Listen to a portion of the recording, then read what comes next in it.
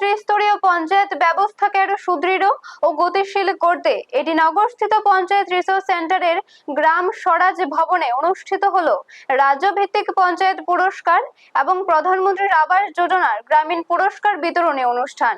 প্রদীপ জ্বালিয়ে এই বর্ণাঢ্য অনুষ্ঠানের আনুষ্ঠানিক উদ্বোধন করেন রাজ্যের মাননীয় মুখ্যমন্ত্রী অধ্যাপক ডক্টর মানিক সাহা।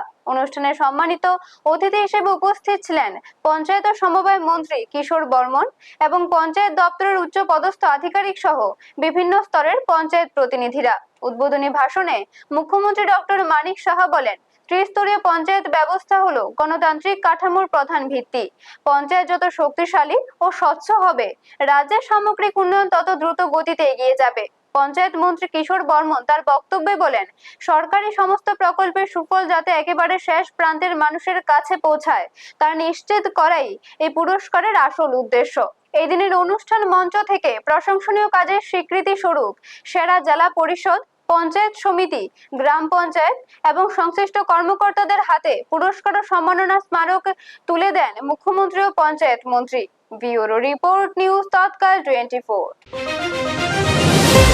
আমরা গণতন্ত্র, ভারতের গণতন্ত্র আমরা দেখেছি যে 73 যে সংশোধনী হয়েছে, তাতে করে আগে পাওয়ার কিন্তু উপর থেকে নিচে যেত। এখন দেখা গেছে যে পঞ্চায়েত নিচ থেকে যে শক্তি, সেই শক্তি উপরের থেকে কিন্তু সেটা প্রবাহিত হয়।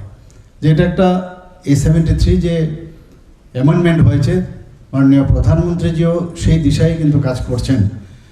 এবং এই যে শক্তি আজকে পঞ্চায়েত লেভেলে যে পাওয়ার এসে গেছে, যে দেশকে যদি বিকশিত করতে হয়, রাজ্যকে যদি বিকশিত করতে হয়, তাহলে পঞ্চায়েত লেভেলের আমাদের 75%ই হচ্ছে গ্রাম, এবং আমাদের লোক সংখ্যারও 75% যারা মানুষ তারা পঞ্চায়েতে এবং গ্রামেই কিন্তু বসবাস করে। কাজে তাদের উন্নয়ন অত্যন্ত প্রয়োজন।